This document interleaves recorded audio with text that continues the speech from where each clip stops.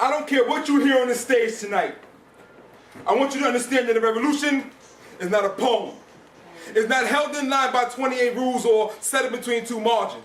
I've never seen the revolution take a bow and have a room full of spectators applaud it. It's never schemed on rhymes or presented punctual punchlines. In fact, the only connection the revolution has to configure diction that it was born from the word tired, of being distressed, overworked, worn out, and frustrated. Like my sisters are frustrated because their deadbeat baby fathers don't bother. All they do is create little boys that play with toys that lack a progressive positive influence, who then become big boys playing with rags, hanging out of back pockets, crying on lonely street corners, so that their tears, see those tears become libation for lost years, absorbed in the concrete to reveal the footprints of how their sisters now walk these streets. Because it's no secret that she gives all her secrets to Victoria and Calvin, who's more inclined to disrespect her, when the hieroglyphs on Kunta's back should have been revolution that compelled them to protect her. Instead, he neglects her, buying her soul and selling his own for diamonds and cars, so now massacres a 2-for-1 deal. That's why I tell these poets and these rappers to spit from your soul, because this shit is real. But yet, what's more important is your actions when they stop their hand clapping, because you see a revolution is not a poem.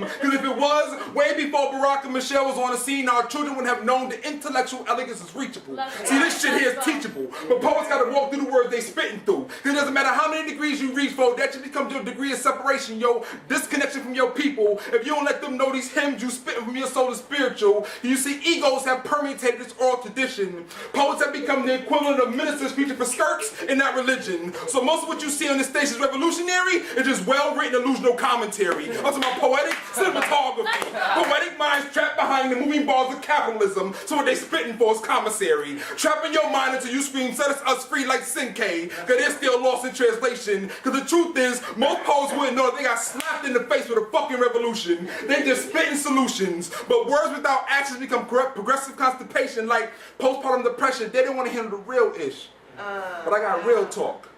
While they outline white paper in black ink, my black babies are still being outlined in white chalk. So if you enter these poetry dish with the mindset of up in your Facebook friends or packing your fist full of dividends, then the 3 minutes of this here joint, you completely miss the point. The poetry was meant to pierce your soul, creating action, producing productivity. See, spoken word burns in my soul deeply, but not at the pace of losing my baby to a bunch of paper revolutionary. Come